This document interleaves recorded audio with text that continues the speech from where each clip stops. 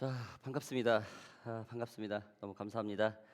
아이고, 호주는 그냥 아주 그냥 연일되는 아주 그냥 우천 속에 있습니다. 우천 속에 그냥 보통 비가 아니야. 아주 그냥 엄청나죠. 예. 너무나 반갑습니다. 다시 한번 방송으로 접속해 주시고 오늘 함께 참석해 주신 모든 분들 진심으로 감사드립니다. 주님의 말씀을 통하여서 오늘 하나님의 세미한 음성을 듣고 삶에 적용하고 하나님이 살아 역동하고 운동력 있게 움직이고 계신다는 사실을 다시 한번 우리 삶 속에 새기는 귀한 시간 되기를 바랍니다. 자, 오늘은 지난주 마가복음 15장에 이어 마가복음 시리즈의 마지막 장인 16장을 가지고 빅토리, 승리라는 제목을 말씀으로 함께 말씀을 우리가 나누겠습니다. 자, 지금 현재 시드니는 많은 비가 지금 연 2주째 넘게 지금 오고 있습니다. 코로나는 여전히 기승을 부리고 있고 많은 사람들의 건강과 목숨을 위협하는 그 존재로 지금도 여전히 있습니다. 전 세계는 우크라이나 전쟁에 최고의 관심을 가지고 있습니다. 끝까지 항쟁하는 우크라이나에 대한 동정, 그리고 이 전쟁을 언제 시작했고 먼저 시작을 했고 그다음에 이제는 핵무기까지 이제 점검을 하고 있는 러시아에 대한 그런 비판 등등 하여튼 이 우크라이나에 많은 관심을 가지고 있습니다. 많은 혼란과 불안은 여전히 우리들의 삶의 보편적이 되어버렸죠. 자, 우리는 내일 일을 모를 때 늘 불안합니다. 우리는 갑자기 길을 잃어버릴 때 불안을 느낍니다. 우리는 모든 삶의 환경이 갑자기 바뀔 때 불안함을 느낍니다. 이전과 같았던 삶이 전혀 다른 환경에 직면을 했을 때 우리는 늘 불안함을 느낍니다. 자, 오늘 본문은 예수님이 십자가에서 죽으시고 무덤에서 3일 만에 부활하신 내용으로 시작을 합니다. 십자가에서 사탄의 권세를 짓밟으시고 승리한 후에 그 숨이 멈춥니다. 그리고 다시 살아난 것이죠.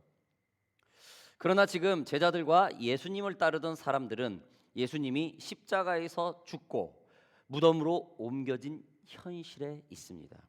급히 진행된 예수님의 체포, 감금, 그리고 십자가 사형이 진행되었습니다.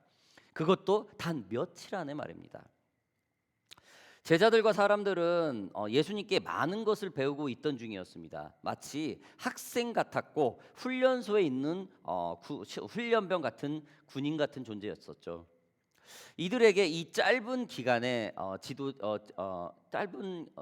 갑작스러운 기간에 그들의 지도자인 예수님이 사라진 것입니다. 환경이 바뀐 거죠. 이들은 내일 일을 갑자기 모르게 되었습니다. 이들은 갑자기 자신들의 갈 길을 잃어버렸습니다. 이들은 엄청난 불안함을 느꼈습니다. 이전과 같던 삶이 아니라 전혀 다른 환경에 직면해 있는 것입니다. 지금 예수님은 십자가에서 죽은 지 이틀이 지났습니다. 이미 부패가 시작되었을 때이기도 하죠. 이 불안함을 느끼고 있을 때 단 3명의 연인들이 이 불안함 속에만 그저 주저앉아 있지 않고 예수님의 시신을 보존하기 위해서 무덤으로 가게 됩니다.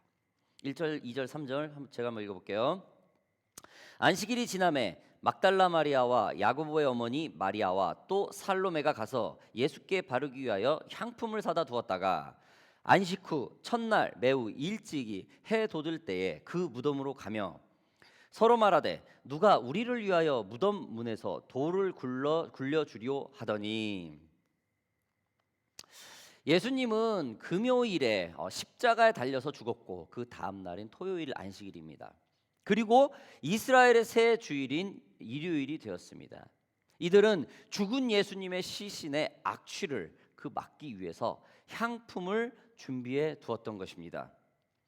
예수님은 금요일 날 죽었고 다음 날 안식일은 이스라엘 민족들에게는 아무것도 할 수 없는 통제, 뭐든지 제한이 되는 그런 룰에 있는 상황이었었죠. 어떠한 거래나 만남 등을 할 수 없는 그런 날이었습니다. 그런데 이들은 향료를 샀다라는 겁니다. 이들은 예수의 어머니 막달라 마리아와 야고보의 어머니 마리아, 즉 예수의 이모와 또 그 살로메라는 여인, 이 3명입니다. 이들은 예수님의 갑작스러운 죽음 때문에 혼란스러워하고 두려워하고 있을 때에 예수님의 시신을 처리를 하는 것을 걱정을 했습니다. 모두들 당황하고 무엇을 해야 될지 우왕좌왕할 때, 아무것도 모를 때 이들은 두려움에 떨고 있는 자신들보다 그냥 아무것도 못하고 움츠려 있기보다는 예수님에 대해 모든 것이 집중되어 있었다는 것이죠. 저는 이들의 모습에서 섬김과 헌신의 모습을 봅니다. 여러분, 섬김과 헌신이 무엇이라고 생각을 하십니까? 참 포괄적이죠. 섬김과 헌신은 깨어있는 사람만이 할 수 있는 가능한 일입니다. 섬김과 헌신은 자신의 희생을 하는 예수님의 사랑이 있는 사람만이 가능한 것입니다. 섬김과 헌신은 복음을 가진 자들의 공통적으로 나오는 모습입니다. 우리가 교회에서 종종 볼 수 있는 것은 섬김과 헌신하는 사람들의 모습입니다. 이들은 교회에 어떠한 일이 있고 복음이 전파되고 교회가 부흥을 할 때 그 교회를 섬기기 위해서 자신의 시간과 노력을 아낌없이 지원한다는 겁니다. 어떤 이들은 교회에서 청소나 정리정돈을 합니다. 어떤 이들은 교회 주차장에서 봉사를 합니다. 어떤 이들은 음식이나 음료를 준비하여 예배에 참석하는 사람들의 교제를 돕는 역할을 하기도 합니다. 어떤 이들은 찬양이나 음향으로 봉사를 합니다. 이들은 교회에서만 이런 삶을 살지 않습니다. 직장에서도 다른 사람들보다 조금은 더 굳은 일을 하고 합니다. 항상 선한 행동, 즉 착한 일들을 조금씩 더 한다는 것이죠. 참 착하죠. 이처럼 이들은 교회에서 자신이 아닌 다른 사람들을 위해 섬기기 위해 헌신을 합니다. 그들의 삶은 다른 사람들과 조금 다르다는 것입니다. 저는 이 섬김과 헌신에서 좀 제 개인적인 관점으로는 사역자는 뺍니다. 왜냐하면 사역자는 사역비를 받아요. 그 크기가 크든 작든 진정한 헌신보다는 일단은 거기에 대가를 취한다는 것이죠.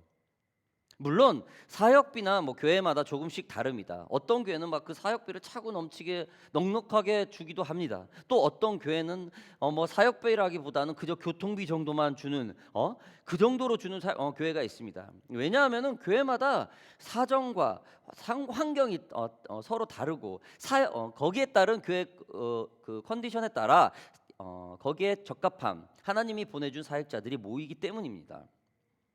그러나 교회를 통하여서 그 수고비와 양에 상관없이 받는 사람들은 섬김과 헌신보다는 그 말 그대로 그 대가성 있는 사역을 한다는 것이죠. 즉 일꾼입니다. 물론 여기에도 저 또한 포함이 되어 있습니다. 그래서 교회 사역자는 다른 사람의 격려를 바라거나 다른 사람들의 그 서운한 그 소리를 들어도 그 사역에는 전혀 관계없이 진행이 되는 겁니다. 움직여야 된다는 것이죠. 조금 어떻게 보면 사역자는 좀 감정이 조금 약간 메말라야 되죠. 그 사역 부분에 대해서는. 근데 참고로 사역자는 사역자까지 오기에 엄청난 고민과 갈등 그리고 그 결단에 충분한 시간이 있었다라는 것이죠. 저 또한 사역자로 부르심을 받고 3년을 기도를 했어요. 남들은 그냥 한두 달 6개월 안에 다 그냥 곧바로 그냥 다 사역자 되대 뭐 전도사 되고 막 그게 해버려야 돼요. 전 3년 기도했어요. 3년 금식하고 또 하고 또 확인받고 기도하면서 이 사람한테 받고 또 확인 3년 걸리더라고요. 아무튼 자 말씀으로 다시 돌아가겠습니다. 지금 다른 제자들은 예수님의 죽음 때문에 아무것도 하지 못하고 무엇을 해야 할지 모르며 당황을 하고 있을 때 이 세 여인은 당장 예수님의 시신의 부패의 그 악취를 막기 위해서 무덤으로 달려갑니다. 이미 십자가에 달릴 때 이들은 예수님의 시신 부패를 준비를 하고 있었던 거예요. 아무도 생각하지 않았고 예수님의 죽음에 그 슬퍼하고 그냥 당황하고 있을 때 모든 사람이 그 예수님의 그 절대 지도자를 잃어버린 그 공황 상태에 있을 때 이들은 깨어 있었다는 것입니다. 자신의 희생을 준비하는 사람이었었다라는 거예요. 복음을 가진 자들의 공통적인 모습이죠. 여러분, 외람된 말이지만 우리 애가 인생을 살다 보면은 말도 안 되는 황당한 일들이, 황당하고 두려운 상황들이 늘 우리들 삶에 경험하게 됩니다. 이럴 때는 사람의 생각과 행동이 그 사람의 품격과 인격이 나오게 되죠. 어떤 사람은 이처럼 당황스럽고 두려운 상황 때 아무 일도 하지 못하고 뒷짐만 지고 있습니다. 그냥 도망가요. 현실을 도피해요. 어떤 사람은 이처럼 당황스럽고 두려운 상태에서 마구 당황하고 흥분을 하고 막 이렇게 할지 모르고 막 엄청난 실수에 신수에 연발을 하죠. 또 어떤 사람은 이처럼 당황스러울 때, 두려운 상황일 때 자신의 아내나 남편, 자녀들 막 숨어서 그 뒤에 숨어서 나오지를 않아요. 네가 해봐, 네가 해봐, 네가 해봐. 현실을 막 도망가요. 해결을 하려고 하지 않아요. 도망가요. 가 있으면 다 해결이 돼. 가만히 있어도 다 해결이 돼. 절대 부딪히지 않습니다. 어떤 사람은 이처럼 당황스럽고 두려운 상황 때 해결하는 것은 같은데 아주 상황을 더 심각하게 만들어요. 네, 맞습니다. 이게 모두 다 제 얘기입니다. 모두 다 제 얘기예요. 네. 내가 해봤으니까 알지. 내가 그러고 있으니까 알죠. 그래서 항상 회개하고 있습니다. 제 아내가 아마 가장 잘 알죠. 산 증인이죠. 옆에서 너무 적나라하게 보니까. 저는 이 OPM 동역자와 가족들, 기도하는 동역자, 그리고 하나님의 말씀, 이거 없으면요 완전히 그냥 좀 이게 안 돼요. 어디가 조금 좀 뭐가 이렇게 꽉 채워지지 않은 사람이에요, 제가. 그래서 오늘 이 사실을 그냥 이실직고 고백하는 겁니다. 여러분들이 너무 소중하다는 거예요. 지금 방송에 조인을 하시고 여기 참석해 주시고 함께 도와주시고 함께 기도하고 슬플 때나 기쁠 때나 함께 하고. 큰 거 바라지 않잖아요, 우리. 그렇죠? 동역자 큰 거 바라지 않아요. 동역자들한테 대단한 거 아니에요. 기도만 해주면 돼. 옆에만 있어주면 돼. 흔들릴 때 그냥 옆에 그냥 서 있어주면 돼. 저 슬플 때 기쁠 때 옆에서 말 한마디 해주고 같이 기뻐하고 같이 슬퍼해. 이게 동역자예요. 혼란스러워할 때 하나님 말씀 되새겨주고 그러면 돼요. 그게 우리 동역자인 줄 믿습니다. 너무 저는 이분들 없으면은 저는 이게 진행이 안 돼요. 너무 소중합니다. 아무튼 여러분, 이처럼 헌신과 섬김의 일이 이렇게 어렵습니다. 이 세 여인은 이미 섬김과 헌신이 그 몸에, 그 삶에 배어 있습니다. 그리고 주님은 이들을 가장 먼저 만나 주십니다. 누구요? 지금 예수님이 십자가 달려서 지금 무덤에 갔는데 가장 먼저 만난 사람이 누굽니까? 12 제자도 아니에요. 수제자도 아니에요. 세 여인이에요. 섬김과 헌신이 몸에 배 있는 이 사람을 가장 먼저 만났어요. 이들에게 예수님이 살아있다는 소식을 가장 먼저 듣게 됩니다. 이들이 가장 먼저 예수님이 부활했다는 증인이 되게 된 거죠. 예수님의 부활 소식을 제자들이 아닌, 다른 사람이 아닌, 예수님의 그 옆에 있는 길고 난다는 어떤 성경학자도 아닌, 그냥 발언권도 없는 그 여인들, 그 당시 상황으로 그 섬김과 헌신이 몸에 되어 있는, 그 삶이 되어 있는 그 사람들이 예수님의 부활 소식을 가장 먼저 듣게 됩니다. 복음을, 소식을, 섬김과 헌신된 삶을 사는 이 세 여인이 예수님의 가장 첫 번째 부활 증거자이게 됩니다. 자, 말씀 계속 보겠습니다. 5절, 6절, 7절. 무덤에 들어가서 흰 옷을 입은 한 청년이 우편에 앉은 것을 보고 놀라매 청년이 이르되 놀라지 말라. 너희가 십자가에 못 박힌 나사렛 예수를 찾는구나. 그가 살아나셨고 여기 계시지 아니하니라. 보라, 그를 두었던 곳이니라. 가서 그의 제자들과 베드로에게 이르기를 예수께서 너희보다 먼저 갈릴리로 가시나니 전에 너희에게 말씀하신 대로 너희가 거기서 배우리라 하라 하는지라. 오다가 떨어집니다. 누구에게? 천사에게. 하나님을 만나면 여러분 오다가 떨어져요. 하나님을 만나는 사람들은 할 일이 있어요. 하나님을 만나는 사람은 24시간이 바쁩니다. 하나님을 만나는 사람은 세븐데이가 꽉꽉꽉꽉 차요. 지금 예수님의 부활 소식을 온 천하라에 들은 이 세 여인으로부터 복음이 시작됩니다. 당시 이스라엘 사회에서 억압된 여자들이 세상에 전할 소식은 정말로 감당하기 어려웠을 거였습니다. 그러나 세상에서 아무도 주목하지 않았던 이 세 여인에게 예수의 부활 소식이 전해집니다. 그리고 전하라고 오다가 떨어집니다. 이 말씀은 우리에게 무엇을 말해줄까요? 복음의 시작은 섬김과 헌신의 사람에게서 시작된다는 것입니다. 주님의 일은 우리의 한정적인 생각과 관점을 항상 뛰어넘는다는 것이죠. 그러나 이러한 섬김과 헌신이 있는 여인들은 자신들이 살았던 시대의 배경을 극복하지 못합니다. 뛰어넘지 못합니다. 좀 말씀을 볼까요? 8절. 여자들이 몹시 놀라 떨며 나와 무덤에서 도망하고 무서워하여 그 아무에게 아무 말도 하지 못하더라.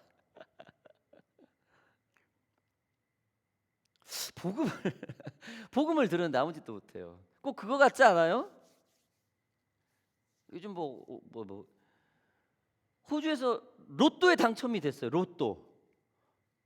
로또에 당첨이 되는데 다 1달러도 쓰지를 못해. 어떻게 쓰는 방법을 몰라. 꼭 그런 것 같아요.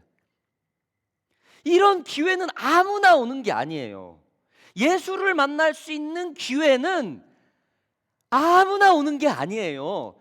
이 안에 복음이 불타는 것은 아무나에게 선택되지 않습니다. 하나님이 고르고 특별히 고르고 하나님의 그 섬김과 헌신을 받고 정확한 예수 그리스도를 그 복음의 씨앗이 그 가능성이 있기 때문에 택함받는 것이지.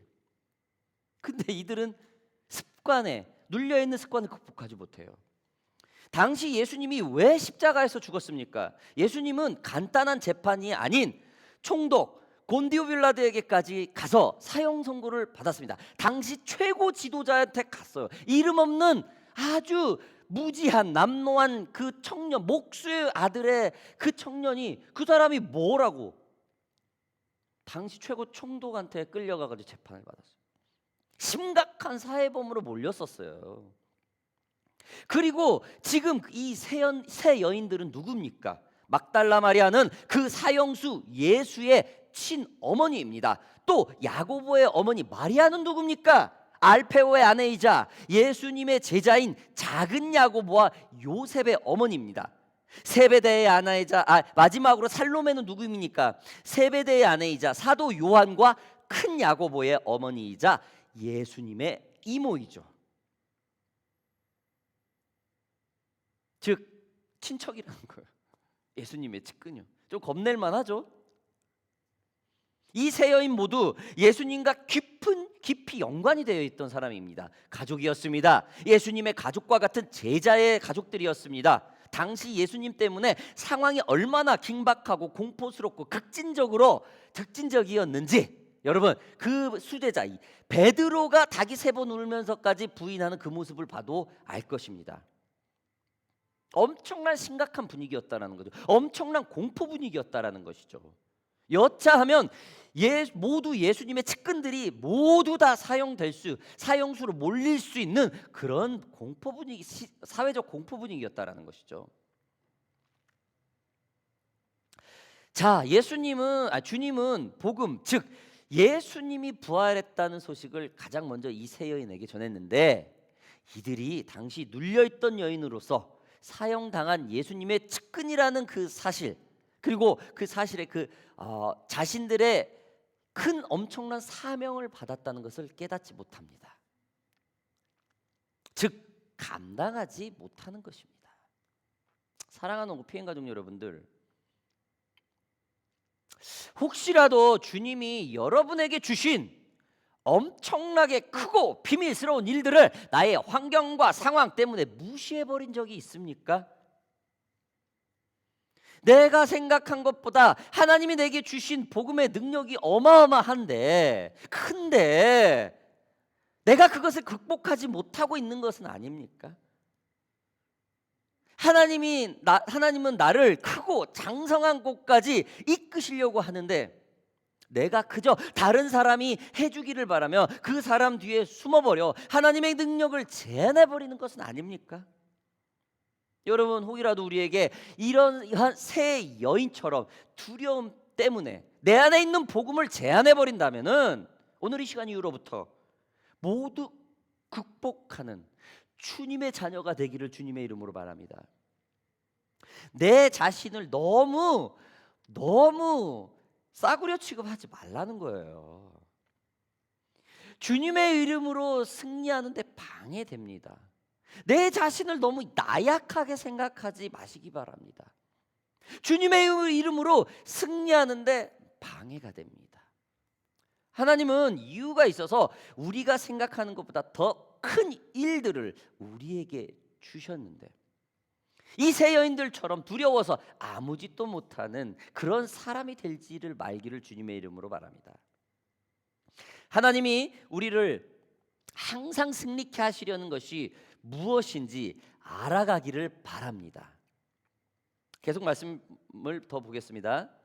자, 9절 10절. 예수께서 안식 후 첫날 이른 아침에 살아나신 후 전에 7 귀신을 쫓아내어 주신 막달라 마리아에게 먼저 보이시니 마리아가 가서 예수와 함께 하던 사람들이 슬퍼하며 울고 있는 중에 이 일을 알림해 섬김과 헌신으로 혼란을 극복하고 있던 세 여인들은 그 두려움에 주님의 천사가 다른 이들에게 그 엄청난 복음들을 그 예수님의 부활, 즉 복음을 알리리라고 했지만은 이 세 여인들은 극복하지 못합니다. 끝까지 극복하지 못합니다. 하나님이 주신 그 장성한 계획에 들어가지 못한다는 것이죠. 자신들의 습관적인 모습이 주님을 제한해 버리는 일들이 생깁니다. 그러니 주님의 복음의 승리 계획, 그러나 여러분 여기서 주님의 그 복음의 승리 계획은 멈추지 않습니다.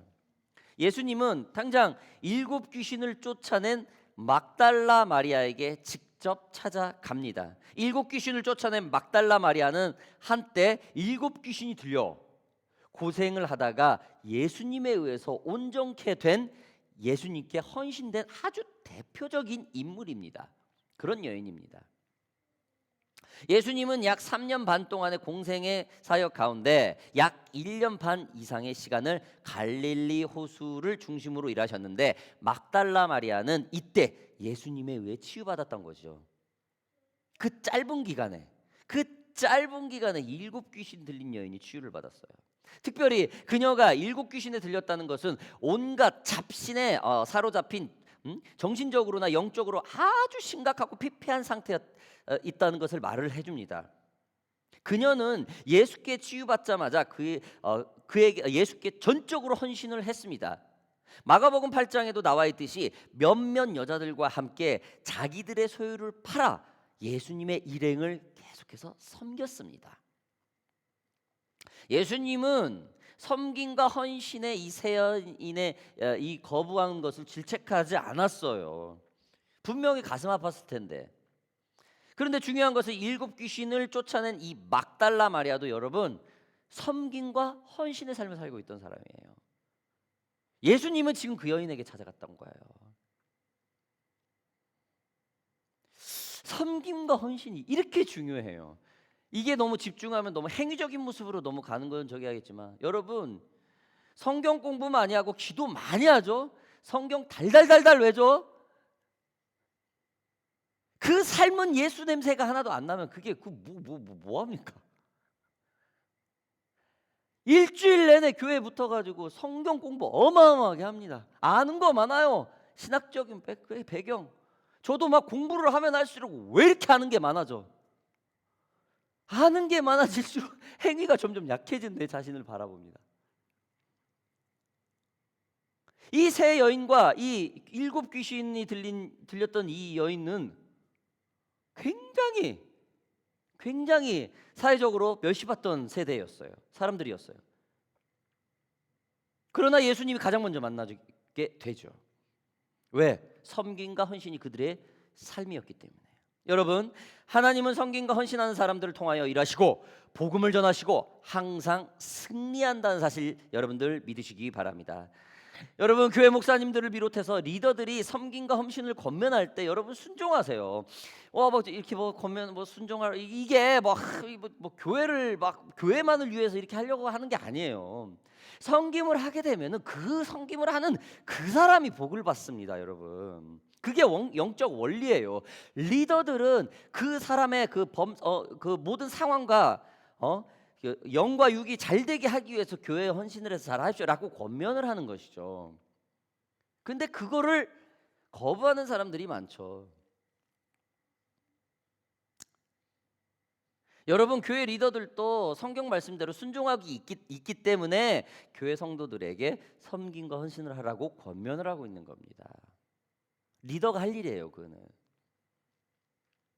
교회 리더 입에서 복음 위에서 성도들에게 섬김과 헌신을 제시를 하지 않고 교회는 그냥 성경 말씀에 잘 순종하지는 않습니다. 여러분, 섬김과 헌신을 제시하지 않는 교회, 섬김과 헌신을 말하지 않는 리더들, 그 건강한 교회 아닙니다. 건강한 교회 아니에요.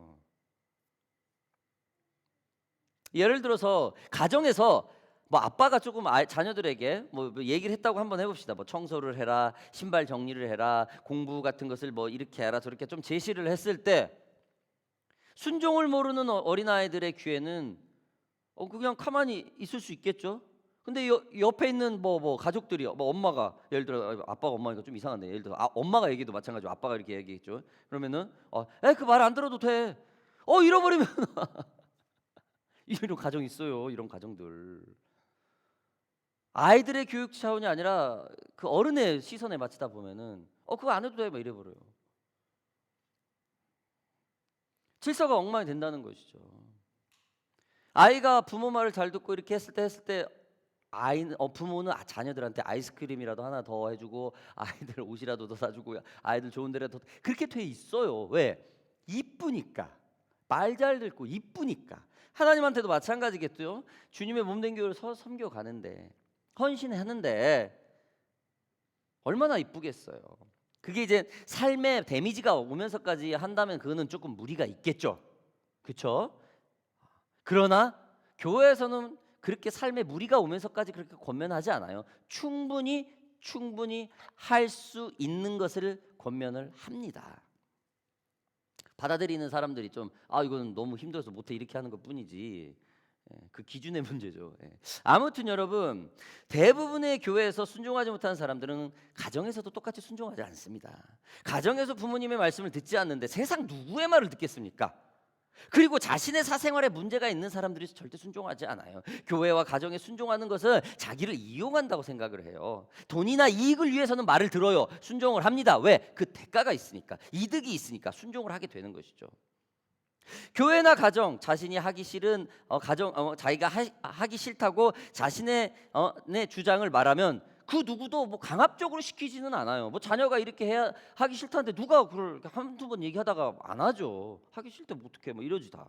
그걸 뭐 어떻게 강제로 어떻게 시키겠어? 두세 번은 뭐 권면을 하겠지. 근데 굉장히 인격적 본인이 선택하는 거예요. 지금 여기 세 여인과 이 7 귀신 들린 이 여인도 본인이 선택했어요. 권면을 했죠. 찾아갔죠. 말씀을 했죠. 오다까지는 해요. 그러나 강제적으로 강권적으로 뭐 어떻게 하지 않아요. 본인이 선택해요. 세 여인은 복음 전하지 않습니다. 한 여인은 복음 전합니다. 여러분, 이게 하나님의 방법이에요. 하나님 나 좀 어떻게 좀 이끌어 주세요. 코너에 몰아놓고 막 너는 막 이런 하나님 아니에요. 전 그렇게 교육받았어요. 근데 살다 보니까 하나님이 나를 이렇게 이거 안 하면 안 되게 그런 하나님 아니에요. 얼마나 하나님이 인격적이고 얼마나 많은 대화를 우리에게 해주시고 얼마나 우리의 생각과 우리의 작은 신음에도 민감하게 반응하시는데요. 여러분 믿으시기 바랍니다. 믿으시기 바랍니다. 절대적으로 코너에 몰면서 강압적으로 우리를 사역에 몰거나 그렇게 하지 않습니다. 분명히 그 전에 우리의 선택권을 줘요. 우리에게 질문을 합니다. 생각할 수 있는 시간을 줘요. 우리가 조금 그 생각을 날려버리는 상황이 대부분이죠. 아무튼 여러분, 이 7 귀신 쫓아낸 여인에게 예수님은 말하고 그 예수님의 말에 이 여인은 예수님의 말씀에 순종을 해서 부활 소식을 전하게 됩니다. 자, 그런데 어떻게 됩니까? 그녀의 말은 어느 누구도 믿지 않아요, 세상에. 세상에, 우리 좀 말씀 좀 볼까요? 11, 12, 13, 14 제가 읽어볼게요. 그들은 예수께서 살아나셨다는 것과 마리아에게 보이셨다는 것을 듣고도 믿지 아니하니라. 그 후에 그들 중 두 사람이 걸어서 시골로 갈 때에 예수께서 다른 모양으로 그들에게 나타나시니.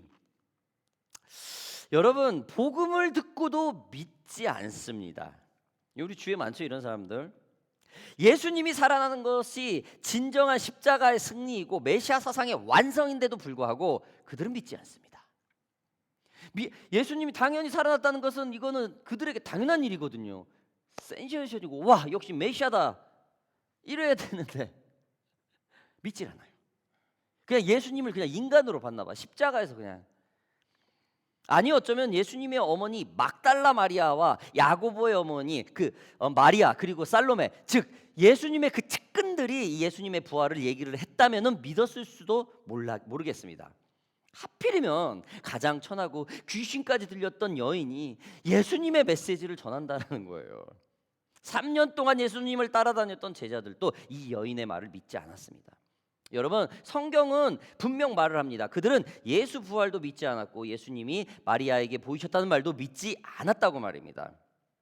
우리는 교회에만 있고 일주일 내내 크리스찬하고만 얘기하고 성경 공부하고 살다 보면 내 자신이 예수를 잘 믿는 사람이라고 생각할 수 있습니다. 내가 익숙해진 교회 생활, 나의 습관이 되어버린 신앙의 삶, 나의 믿음이 말해주진 않습니다. 시험과 고난, 환난 등을 통하여서 나의 믿음의 나약함이 확인이 된다는 것이죠. 항상 회개하는 삶이 따라줘야 된다는 것이죠.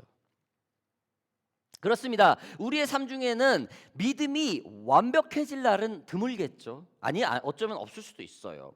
때로는 우리들 앞에 지금 7 귀신을 쫓아낸 막달라 마리아 같은 사람이 예수 말을 전하는 일들이 비일비재할까요? 하나님의 음성을 내가 듣지도 않은 그 사람의 입을 통해서 들을 수도 있다라는 거예요.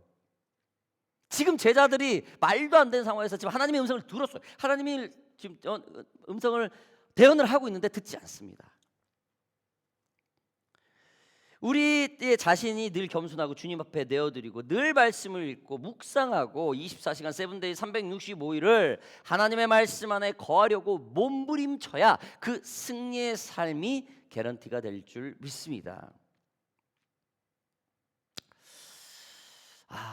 전 여러분 토론토대하고 하버드대 심리학과 교수이자 미국과 카나다, 호주, 영국, 스웨덴 10개국에서 베스트셀러를 차지를 했고 아마존에서 44주 동안 베스트셀러를 차지했던 이 책의 저자 조지 피터슨.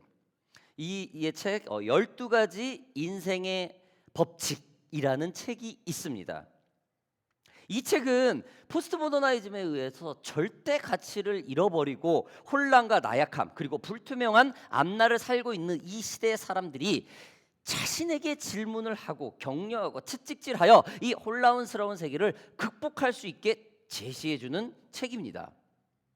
이 책의 저자 조지 피터스는 이 독자들에게 자신이 지키고 노력해야 할 이 12가지 지침서를 제시합니다. 이것을 조금 제가 소개하고자 합니다. 이거 전 좀 읽은 지 꽤 됐는데, 자, 그 첫 번째가 어깨를 펴고 똑바로 서라.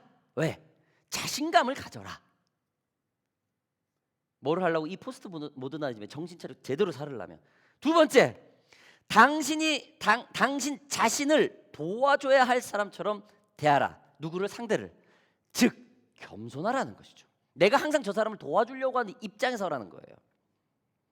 세 번째, 당신에게 항상 최고의 모습을 기대하는 사람들을 만나라. 즉 좋은 관계 속에서 있는 사람을 만나라. 즉 계속 좋은 관계를 유지해야 된다는 거죠. 네 번째, 당신을 다른 사람과 비교하지 마라. 오직 당신의 어제하고만 비교하라. 긍정적인 사고를 가지라는 것이죠. 다섯 번째, 아이를 제대로 키우고 싶다면 처벌을 망설이지 마라. 두려워하지 마라. 뭐냐? 확신하라는 거죠. 어떤 결단을 할 때 확신을 하라는 거죠. 확신. 여섯 번째, 세상 탓하기 전에 내 방부터 정리하라. 원인을 찾으라는 거예요.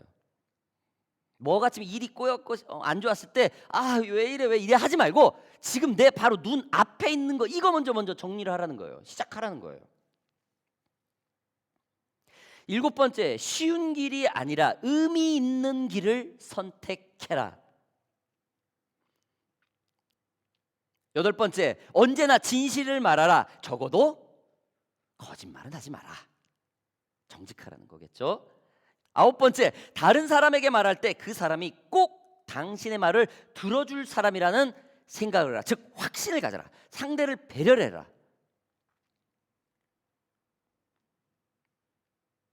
신뢰하라고. 죄송합니다. 신뢰하라는 것이죠. 자, 10번째, 분명하고 정확하게 말해라. 흐지부지하게 말하지 말라는 거죠. 특별히 뭐 여담을 하자 보면은 포이그잼 하지 말라는 거죠. 본인의 생각을 정확하게 얘기하라는 거죠. 굉장히 도전되는 말들이죠. 11번째, 아이들이 스케이트보드를 탈 때는 방해하지고 내버려둬라. 상대 배려, 상대의 세계를 인정하라는 것이죠. 내가 아무리 하찮게 보려고 하는 그런 사람이더라도 그 세계를 인정하라는 거죠. 마지막으로 12번째, 길에서 고양이와 마주치면 쓰다듬어 주어라. 굉장히 웨스턴적인 표현이죠. 마음의 여유를 가지라는 거죠, 여러분. 여러분, 이처럼 예수를 믿지 않는 사람들도 자기 자신에 대해 노력하려고, 자신에 대해서 노력하려고, 극복하려고 최선을 다하고 있어요. 우리에게는 믿음이 있지 않습니까? 예수 그리스도를 믿는 믿음 말입니다. 절대 구원자이고 그 어떤 신보다도 비교조차 할 수 없죠. 상대가 안 되죠. 상대가 안 되죠. 우리 자신의 나약함에 매료되지 마세요. 우리의 두려움을 인정하지 마세요. 내 안에 꿈틀대고 있는 나약함과 두려움을 인정하지 마세요. 여러분들 할 수 있습니다. 할 수 있어요. 섬김과 헌신으로 무장하세요. 하나님의 말씀에 반응하세요. 승리하는 삶이 될 수 있습니다. 여러분 믿으시기 바랍니다. 할 수 있습니다. 할 수 있어요. 승리할 수 있습니다. 마지막 우리 14절 한번 볼까요? 14절 한번 보겠습니다. 그 후에 11 제자가 음식 먹을 때에 예수께서 그들에게 나타나사 그들의 믿음 없는 것과 마음이 완악한 것을 꾸짖으시니 이는 자기가 살아난 것을 본 자들의 말을 믿지 아니함이러라. 여러분 지금 예수님은 믿음이 없는 것을 아주 완악하다고 보고 있어요. 그걸 꾸짖어요. 예수가 살아났다는 것을 안전한 거 꾸짖지 않아요. 복음 안전했다고, 섬김 없다고 꾸짖지는 않아요. 믿음 없다는 건 꾸짖어요. 왜? 믿음이 승리하고 연결이 돼 있잖아. 자기 목숨까지 내놔가지고 승리를 했는데, 믿음만 있으면 되는데, 모든 게 그냥 다 되는데, 다 됐어, 해놨어. 근데 믿음이 없어. 다 보고도 꾸짖어요. 예수님은 믿음 없는 사람들을 혼내시지 절대 이들을 버려버리거나 어벤던이라고 하죠. 유기하지 않아요. 그냥 꾸짖기만 해요. 예수님은 절대 우리들을 버리지 않습니다. 그러나 우리가 예수님을 거부할 때는 어떻게 됩니까? 버림당합니다. 왜? 우리의 의사가 존중이 돼요.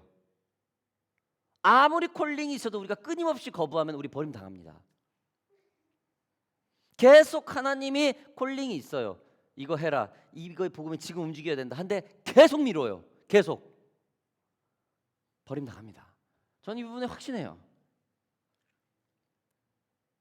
우리의 상황과 환경 아는데 왜 이럴 때 어려운 일을 자꾸 주실까? 감당할 될 이유가 있으니까.